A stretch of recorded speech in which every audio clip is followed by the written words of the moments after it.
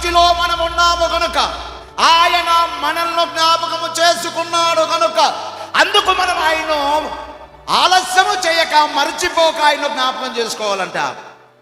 ఏమిటన్నా ఆయన దేవుడు మనల్ని ఏం జ్ఞాపకం చేసుకున్నాడు, ఏం మేలు చేశాడన్నా మాకు అని అనేవాళ్ళు లేకపోలేదు.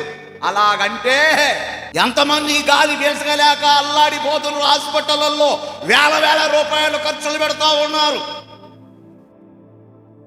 దేవుడు నిన్ను నన్ను మనలో జ్ఞాపకం చేసుకున్నాడు కాబట్టి అది మన మూతికి రాలే. సపట్లు కొట్టండి ఒక్కసారి.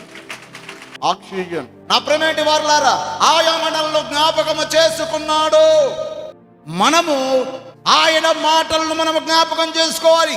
ఆయన ఏమి చెప్పాడో ఆ మాటలను మనము జ్ఞాపకం చేసుకుంటే మనం అన్ని విధాలుగా దీవించబడుటకు, హెచ్చించబడి, అభివృద్ధి చెంది, ఆశీర్వాదకరంగా మార్చబడుటకు అవకాశం ఉంటుంది. కనుక ఆయన మాటలు మనము జ్ఞాపకము చేసుకునే వారముగా ఉండాలి అంటున్నాడు.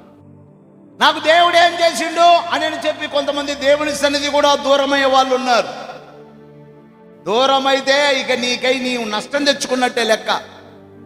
దేవుడు ఎన్నెన్నో మేలు చేశాడు. బ్రతికి ఉండడమే ఆయన చేసిన మేలు. స్తోత్రం చెప్దాం ఒక్కసారి. నువ్వు ఆరోగ్యంగా ఉండడమే ఆయన ఇంకా నీకు అన్నిటికంటే చేసిన ఎక్కువ మేలు.